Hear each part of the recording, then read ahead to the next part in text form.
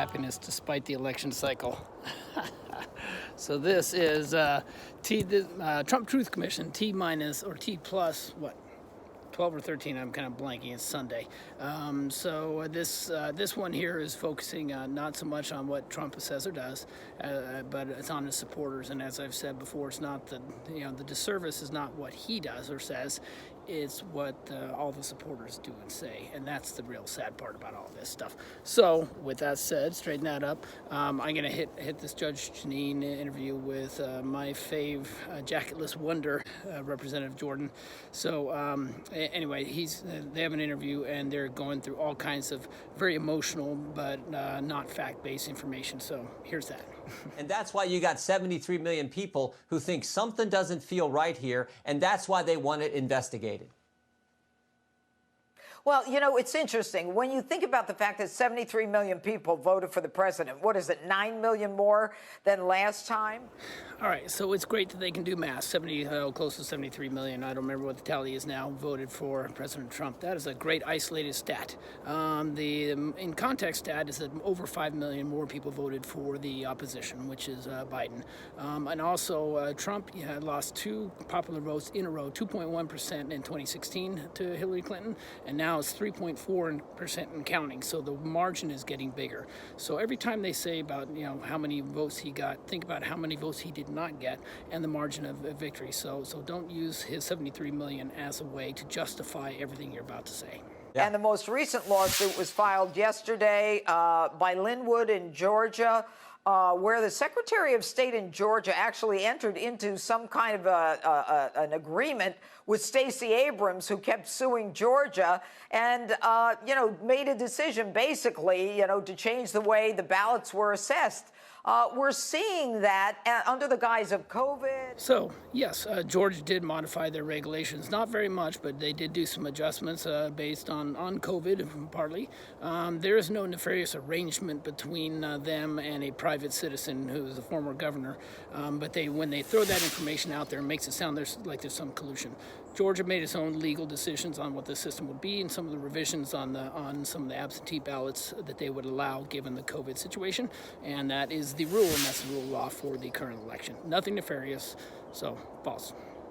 Well, I mean, we need to investigate. I mean, look, the Democrats... Hey, Jim, that's the most accurate thing you said, is we need to investigate. That is totally fine. And no Democrats are saying you don't need to investigate. They're just, all the false information that you're providing as evidence is what people are contesting. So with that, let's see if you have any real information.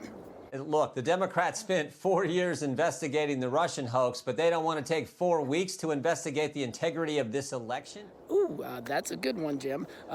First of all, yes, they did investigate the Russian collusion, and there was a lot of indictments and information found out as part of that. And no, they're not denying the ability to investigate any kind of voter fraud that happened. All they're saying is have it be credible and have it be fact-based. And so far, you're 0 for 12 in the courts, at least as of earlier this week, with regards to lawsuits being tossed out of court or lost by the Trump administration. There are some minor wins because the Trump administration said, hey, we're not allowed to observe. The judge said, oh, well, yes, you are. You have more than a non-zero number of observers. That was a Trump term. And they just allowed it to be closer. That was their big victory. Nothing having to do with actual voter fraud. No wins with regards to that. No wins with regards to any evidence of widespread voter fraud. When you had all these affidavits, you have all these concerns. You had the situation where 6,000 votes in Michigan went for Biden, but they were actually supposed to go for President Trump. So that is false. There was an error in Michigan, and it is commonly misreported by people like you, the president, and all the supporters. So I'm okay with facts. I'm not okay with you twisting information and making falsehoods out of it. 6,000 votes, there was a glitch, and there was a problem. It was not a software glitch. It was a human error. It was quickly corrected, and so everything was fine. Now you and all the Republicans who are supporting all this stuff are still twisting that information as if there was actual votes that got switched. There's no evidence of that, nothing proven in court, nothing proven outside of court. You are wrong, wrong, and wrong.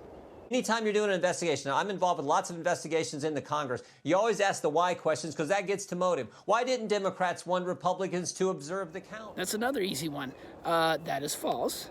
The Republicans and Democrats were allowed to observe the count equally, and that's been shown in court. So you are wrong there.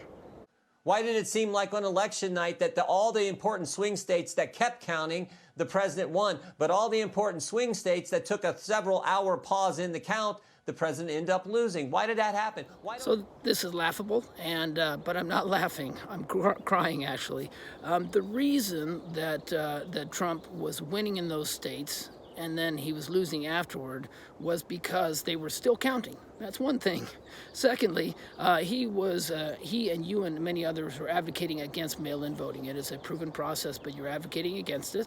And so more voters for your opposition voted with mail-in voting. That's second. Third, the daily votes, the election day votes were counted first, and those are being tallied first. The mail-in ones in these cases, in many of these cases, were being tallied afterwards. So gradually the information was getting counted, and it was going farther and farther against Trump. I'm a San Diego Charger fan. We've never been able to stop the count in the third quarter and say, we're done. We're done, because we are winning this game. There's no way you can win. Usually they play it all the way to the fourth quarter, even the last 2 minutes, and usually what happens is we lose because they did a final count of the points, and the other team got more. Why don't the Democrats want to know? We do want to know. And frankly, in the state of Pennsylvania, which I spent 5 days in right after the election, why were some counties allowed to cure their ballots, but voters in those counties could cure their ballots, but other counties they couldn't? Why did some counties allow a pre-canvass of ballots, but other counties didn't? And why did some counties set up temporary satellite voting places, but other counties didn't? And you can imagine. So I love the arguments about the states' rights conservatives, like Jordan, wondering why there's different rules in different counties in different states. The reason is there's no single set of federal election guidelines for this. It is run at the state level, and each county has their own rules for doing stuff. Without getting into details, because that's silly, that is the reason why things are done differently from one county to another. Everybody wants it to be done correctly and accurately and fairly in each county. So nothing nefarious there, but it is done differently, and that's the way the system is set up. The most important one is, why don't Democrats want to know? Again, they spent 4 years investigating this fake Russia thing, but they can't even spend 4 weeks to get at the integrity of the American election system and figure out what exactly took place. I just thought of something I'm going to point out. Just because you say it's wrong doesn't mean it's wrong. Well, the amazing part is even when they had to actually put truth to the allegation and facts to the allegation of Russia collusion with their own team of, all the pit bulls and their own choice Mueller, they still couldn't come up with anything. Oh, my gosh. You people for 4 years said he was illegitimate. So, for 4 years, we did not say he's illegitimate. For 4 years, we said he's a terrible president, and he has bad character, and he's a compulsive liar, and he's an extreme narcissist, and he's petty. All those things are factually true.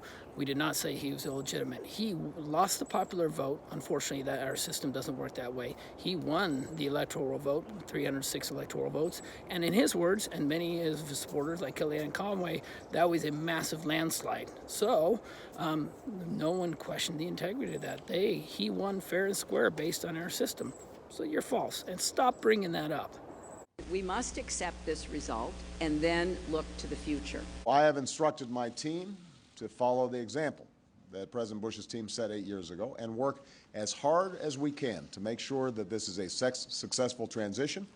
I want to offer my congratulations to President-elect Donald Trump and wish him well for the American people. Hard to accept the results, but accept we do. The peaceful transfer of power is what America and our democracy is about. And in his words, and many of his supporters, like Kellyanne Conway, that was a massive landslide. So no one questioned the integrity of that. He won fair and square based on our system. So you're false. And stop bringing that up. You made up everything you could think of. You burnt down the cities. So no, we did not make up everything. And no, I don't remember putting a match to the cities and burning them up, nor do I remember the Democrats actually doing that either. I don't think that's their official platform position. And yes, you can investigate that, and that's what the whole process is about. You have till early December to challenge all this stuff, and then then they have to turn in their certification to become final, and then they have the electoral college vote in mid-December. So that's the process that should be followed. I'm a Democrat. I'm not saying they shouldn't follow it. Do it. But use some facts, please. Please. And we can't even follow a legitimate legal process to determine whether or not there was some kind of irregularity or illegality.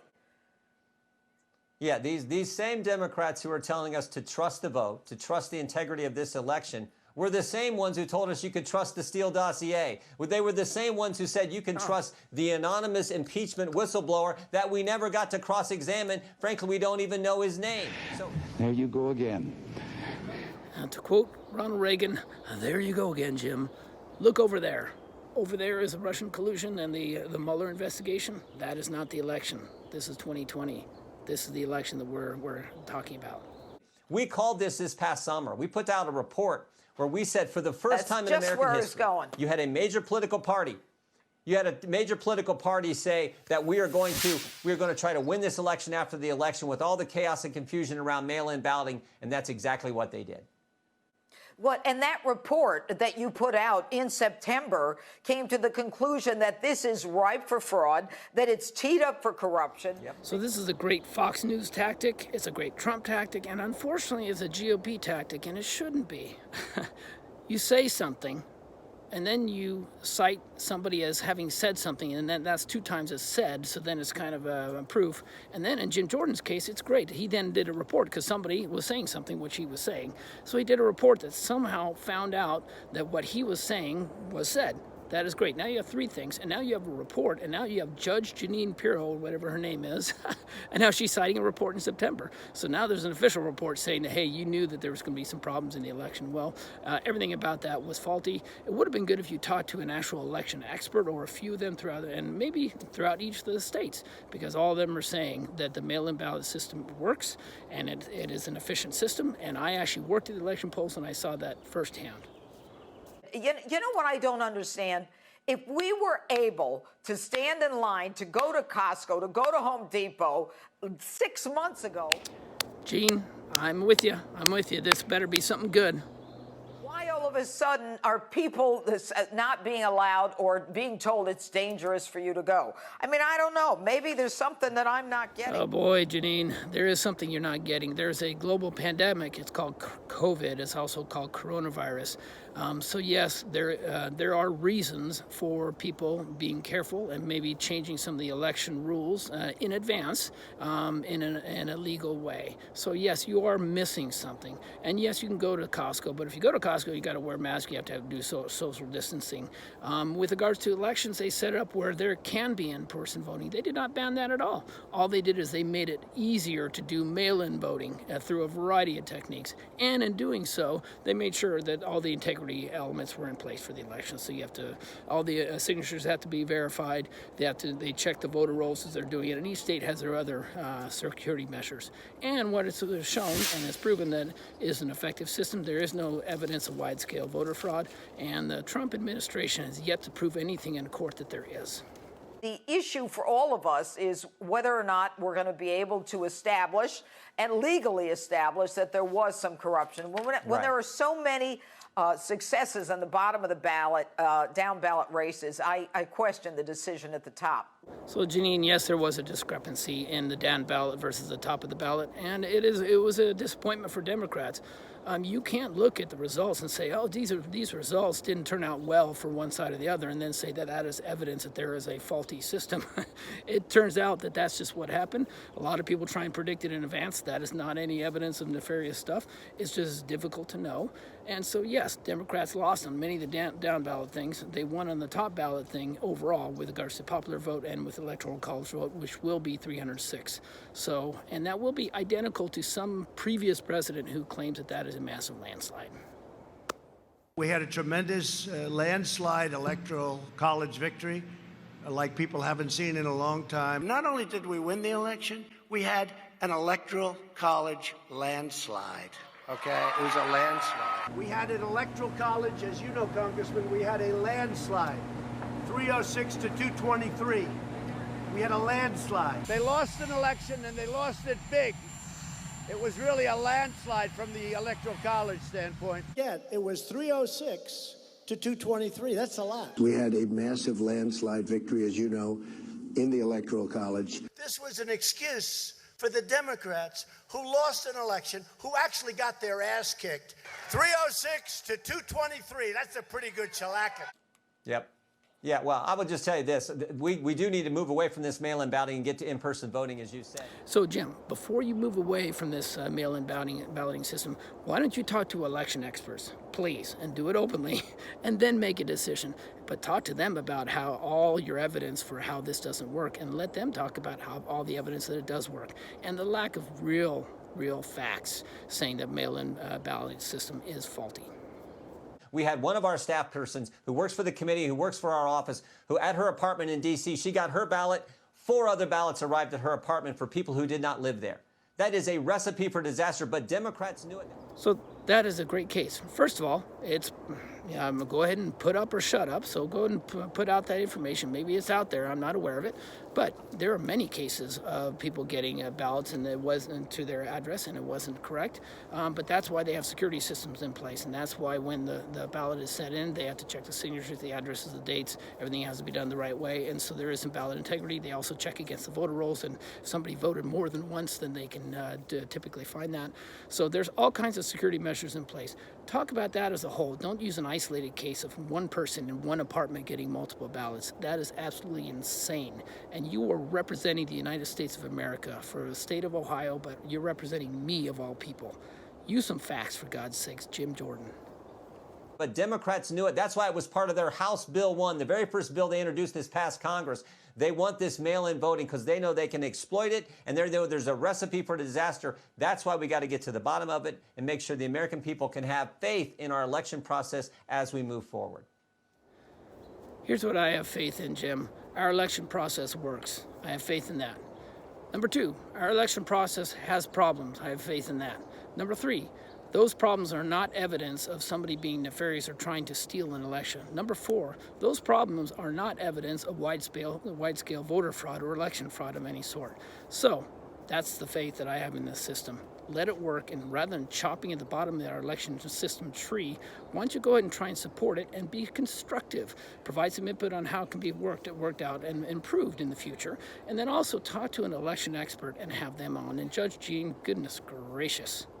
You're on TV. Get some experts. Don't get Jim Jordan. Oh, I'm hearing music.